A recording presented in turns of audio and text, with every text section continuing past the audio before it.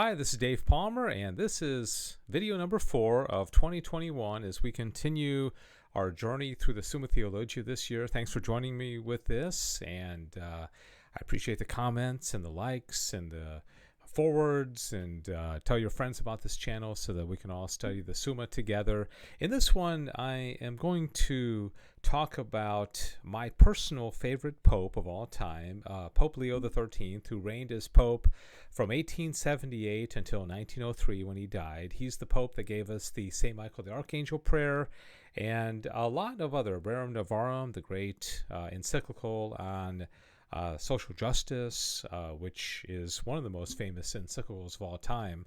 He wrote another encyclical 1 year into his pontificate, so he must have thought this was pretty important, because in 1879, a year after he became pope, he wrote an encyclical called Aeterni Patris, and it was subtitled The Restoration of Christian Philosophy According to the Mind of St. Thomas Aquinas.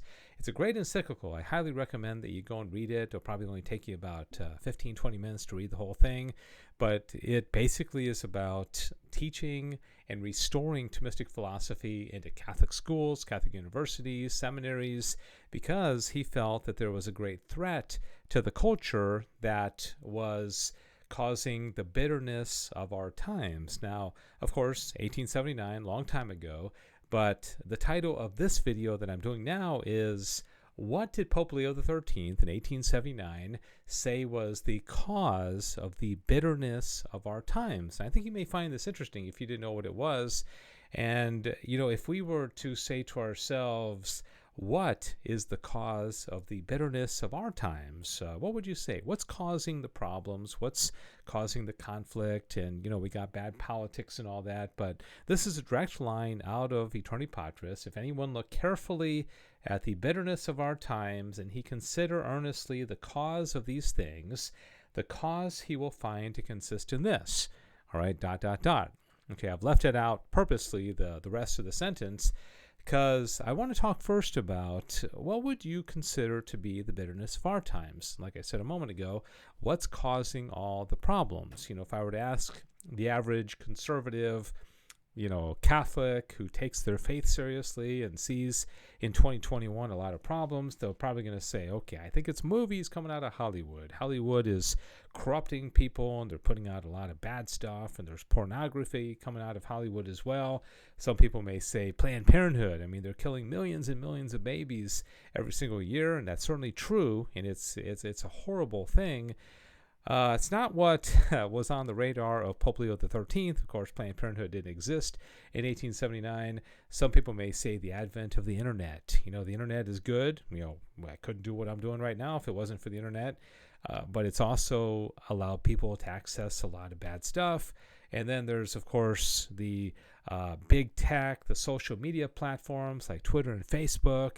And then you've got, when I was growing up in high school in the 1980s, people were saying MTV is corrupting young people's minds. And there certainly was a lot of bad stuff there. How about, cable news and, fake news, as it's sometimes referred to as well? What about, bad leaders in the church? I mean, certainly Leo XIII would have been concerned about Martin Luther and Calvin and Zwingli and all the Protestant, the effects of the Protestant Reformation. I'm sure that he would, if he had known about this guy, Adolf Hitler, he would have been very concerned about him. Of course, Hitler came a little bit after that time because, World War II and Hitler had not come yet. But certainly there's a lot of things that today we would point to. But that's not what Leo XIII was pointing to as the cause of the evil in his time. He said that the problem in his time in 1879 was evil teaching about human and divine has come forth from the school of philosophers. Okay, now remember, his solution was Thomistic philosophy, a return to studying Thomas Aquinas. That's why I feel so passionately about what I'm doing here and educating you and everybody else that'll come to this channel and wants to learn the Summa, because this is very important in combating the evils of our day as well.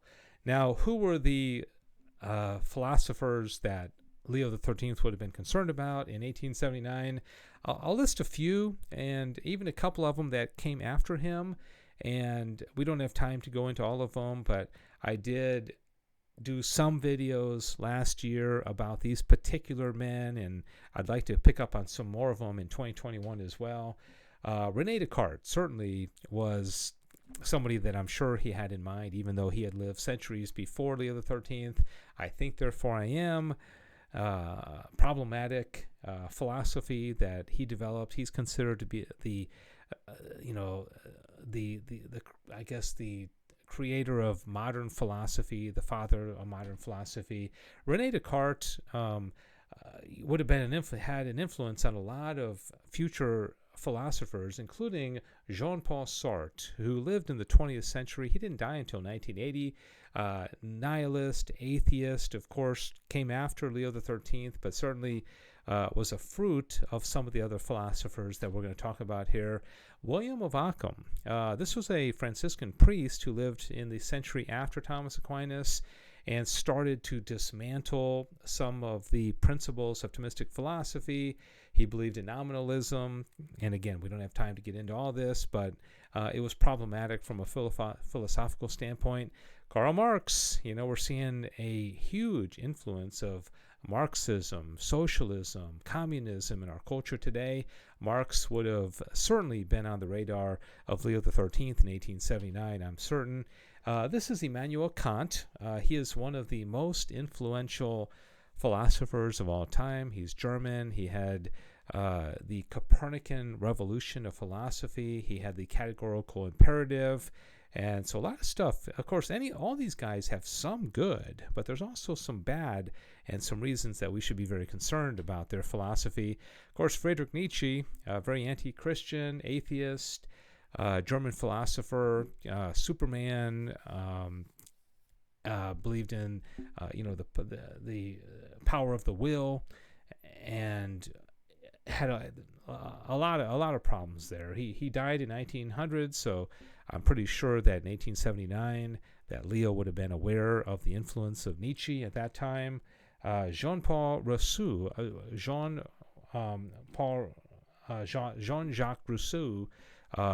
was one of the Enlightenment philosophers.